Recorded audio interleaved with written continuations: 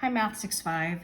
This is going to be your review for the semester review for the test we're going to have on November 16th. Remember, November 16th is a Monday and it's our last day of co-op together. So any late work that is missing needs to, or any test corrections, anything that you have to turn in to me to change your grade needs to be turned in by November 16th to me.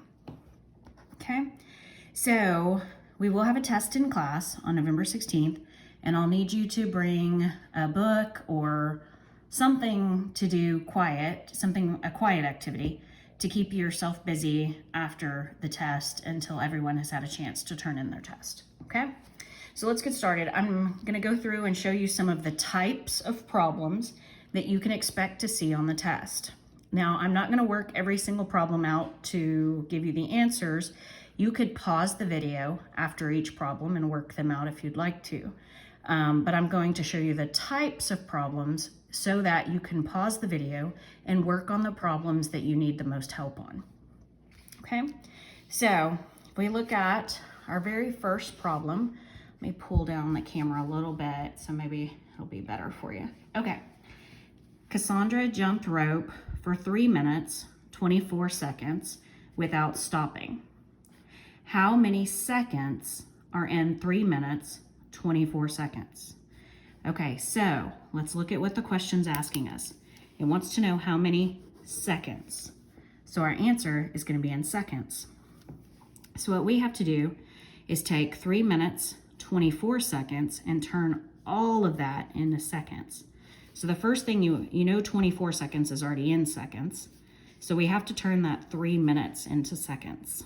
So you need to know for this one that 1 minute equals 60 seconds. And again, I'm abbreviating, but y'all seen these abbreviations before.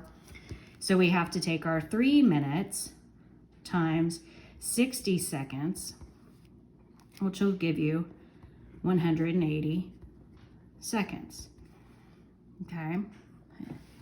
Now, obviously you would work that out. I'm just giving you the answer. If we were together, we'd work that out. Now you have that in seconds and you have to deal with this 24 seconds. So you would have to add the 24 seconds in to get your final answer, okay? So then that would give you the total number of seconds, okay? So you can expect to see a problem similar to that. Let's go down to another one. How many years is 10 centuries? Well, let's start with centuries.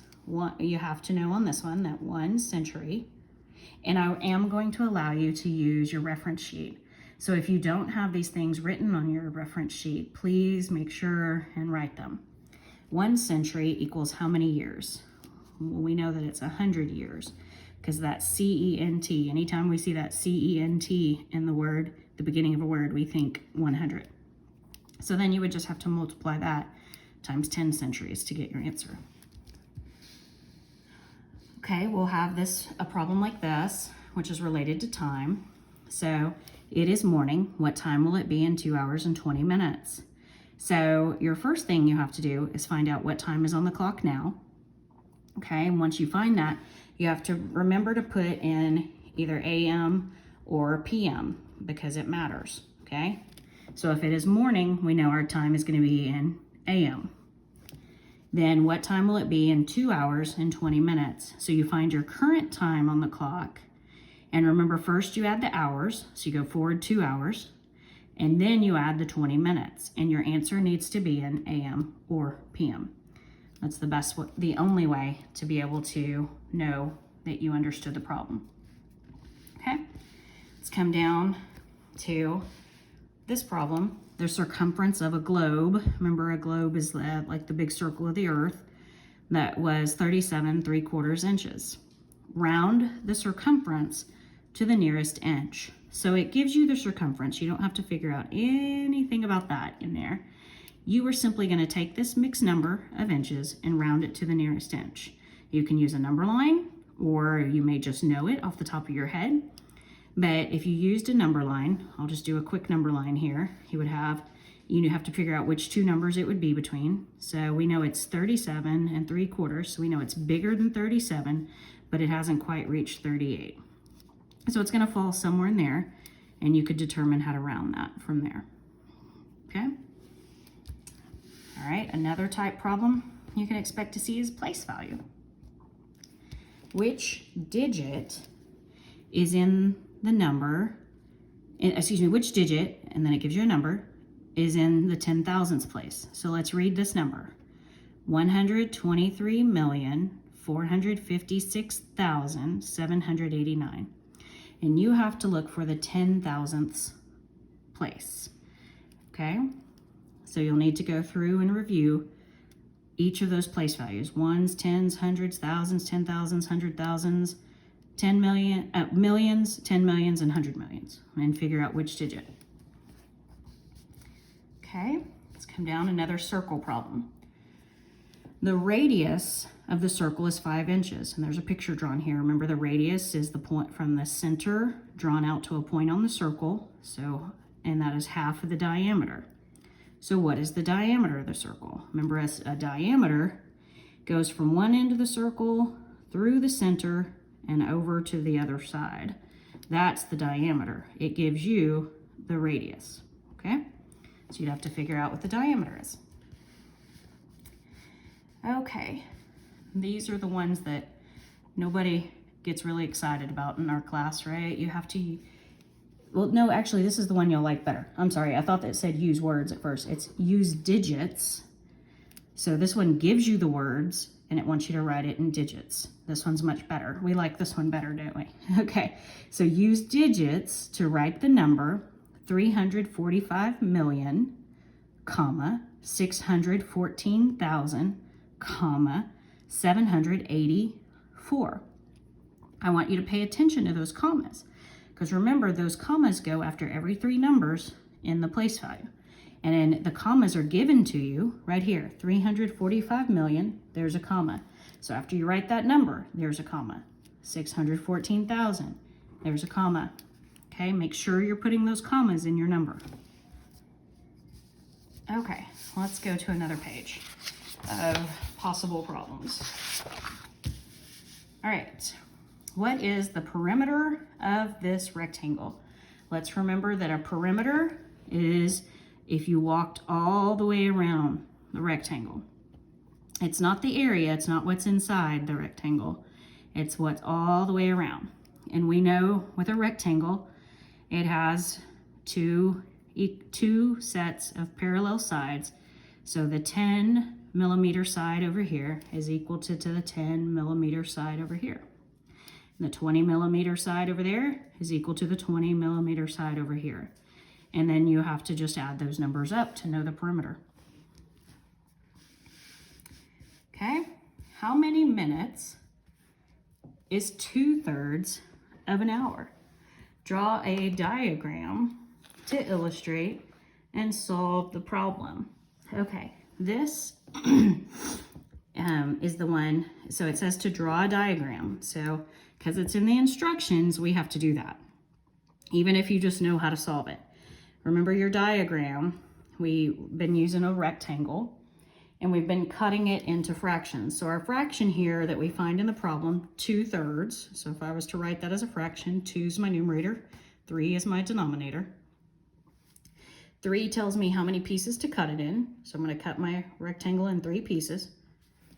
Okay, and then my whole thing is an hour.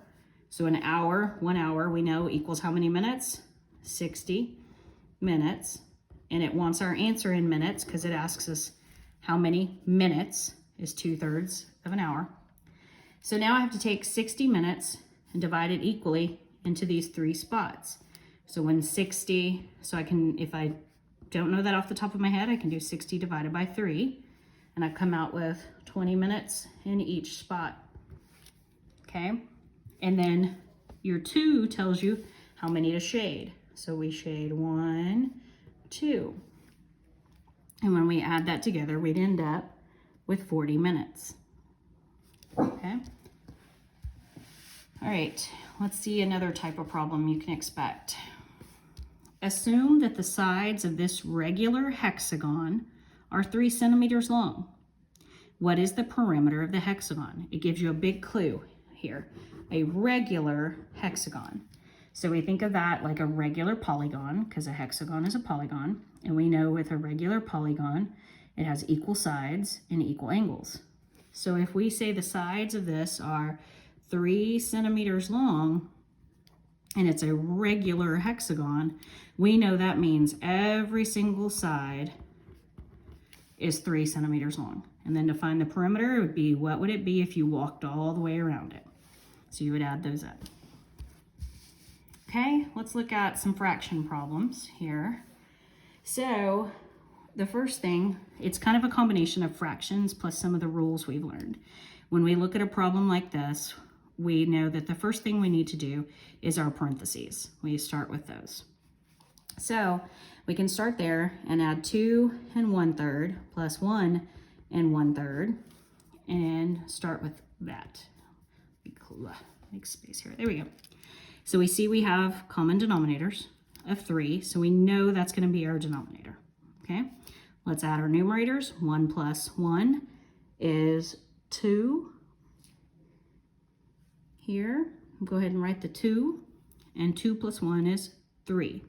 So that is the answer to the parentheses. So we could go back and write that over that, kind of scratch over that if we needed to. Now we have 3 2/3 minus 3 2/3, and that is equal to 0. Okay, so always work your parentheses first. Here's another example where you need to work the parentheses first and then write your answer and add it to 3 1/3. Okay, let's look at some other example problems you could expect to see. These are addition and subtraction problems. Very simple addition and subtraction. Be careful that you line up your digits and carry forward to the tens column or to the hundreds column your numbers. Same with subtraction. I'm not going to walk you through those because those are pretty good. Please go ahead and try them, but I'm not going to do that on the video. I'm going to focus on the ones that are the newest. So this is a newer type problem for us. 368 times 479, the 3-digit multiplication. Remember, when we did that, I used sticky notes and I'd cover the 4 and the 7 and pretend they didn't exist, okay? So you would have 368 times 9. And so I would go through and multiply that out. And then on my second one, remember to add your placeholder 0. When you're multiplying by 7, you need a placeholder 0 in the second row. When you're multiplying by 4, you have 2 digits after it, so you need 2 placeholder zeros before you get started. And line everything up and vertically, up and down, so that when you add, it will go well. So let's try that. I'm going to cover up the 4 and the 7 a little bit. So 9 times 8 is 72. Put a 7 forward. 9 times 6 is 54. Plus 7 is, 54, 61. Had to think that through for a minute. Add my 6 up here. 9 times 3 is 27. Plus 6 is 33. Okay. Now I'm done with the 9. So I go on to my 7, and I have 1 digit after my 7, so I need 1 placeholder 0 before I get started. 7 times 8 is 56. I'm going to scratch these guys out so I don't get confused. Bring my 5 forward. 7 times 6 is 42, plus 5 is 47, so carry my 4 forward. 7 times 3 is 21, plus 4 is 25. Okay, now I'm going to go to my 4. I have 2 digits after my 4, so I need 2 placeholder zeros. 4 times 8 is 32, scratch out here, carry forward my 3. 4 times 6 is 24. Plus the 3 is 27. Carry forward my 2. 4 times 3 is 12. Plus the 2 is 14. Now I'm going to see I have everything in nice vertical up and down columns. So now I can add 2 plus 0, 1 plus 6, 3 plus 7 plus 2, carry forward my 1, and then 1 plus 3, plus 5, plus 7 is 16, carry forward my 1, 6, 7, and 1. Okay, and then I'm not done because I haven't put a comma in, so I count my place values, 1, 2, 3, comma. Okay? All right, so here we have more subtraction of money. Remember, on subtraction on money, you automatically bring down that dollar sign and go ahead and just bring down that decimal straight down in a line. Okay, I didn't line up my dollar sign, but I did line up my decimal. Okay, multiplication like y'all have done before. And let's see what other types of problems we could come up with. So lots of addition, subtraction, more subtraction. On this one, there will be a lot of borrowing forward, you know, because 0 minus 6 you can't do, so you would typically borrow from this, but you can't borrow from a 0, and you can't borrow from a 0, and you can't borrow from a 0, so you have to go all the way over here to borrow. Okay? So then this you can either do mentally, which remember this is the one where you have 3 zeros in your answer. So you have 9 times 4, which is 36, and you know there's got to be 1, 2, 3 zeros. 1, 2, 3 zeros, and put in your comma. Okay? So, and the same with the next one. You can do that. You know you have 1, 2, 3, 4 zeros in your answer. So 7 times 4 is 28. Add in 1, 2, 3, 4 zeros. And then count for your commas. 1, 2, 3, comma.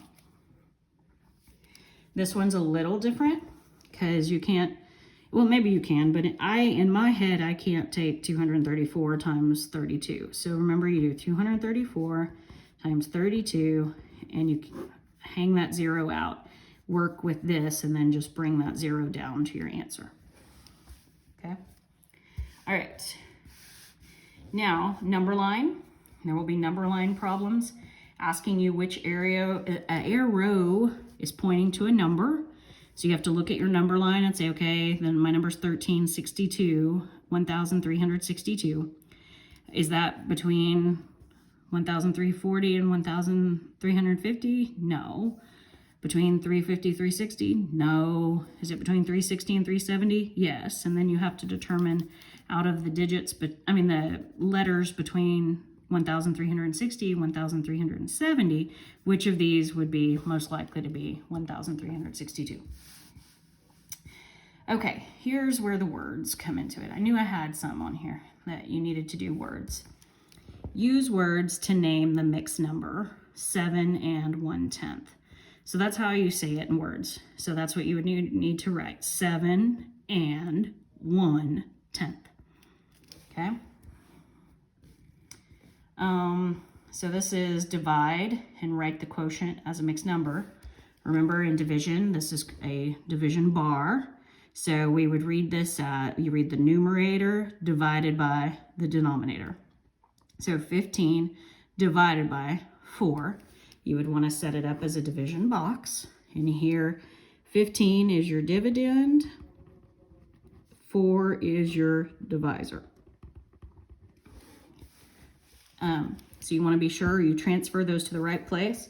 So 15 divided by 4. Then you would do your division, and because you're doing it as a mixed number, you would put your remainder over your divisor. So you would walk through that one. I'll go through 15 divided by 4. The closest I can get without going over is 3. My next step is to multiply. Notice I put that over my 5 because it's going into 15, not 1. 3 times 4 is 12. Subtract and get 3. My next step is to bring down, but I don't have anything to bring down. So it would be 3 remainder 3, but that's not what the question asked for. The question says write the quotient as a mixed number. So this is not your answer. This is how you get your answer, but this is not the right answer. It didn't follow instructions. The instructions would be 3, you have a remainder of 3 over your divisor of 4. That's how you would answer the question correctly. Okay, and probability, we just covered probability this week. So you need to look that over and understand that this spinner, if you look at it, it has 1A, it has 3 C's, 2 B's, and 1 D. Okay, So, and each of the sectors are equal. So it wants you to use this spinner right here to answer the questions. Okay, so those are the types of questions you can expect on the test. Also, just like we always did in Math 5-4, I will give you one of these sheets. Now, it will not be timed. It's just multiplication to complete it. So this will actually be a test grade by itself, and then the test will be a test grade also. So this will be worth 2 different test grades. But it's not something you need to stress out about. I mean, it's not worth any more than any test we've taken in Math 6-5. So it's not like, this isn't half of your grade or anything crazy like that. It's the same kind of test we've taken all year long. So it's not something you should stress out about. But I would take the time to stop the video and to go back and work out some of the problems and make sure you're good there. And again, if you have any questions, let me know. Have your parents contact me and I will help you out as I can. Bye, guys.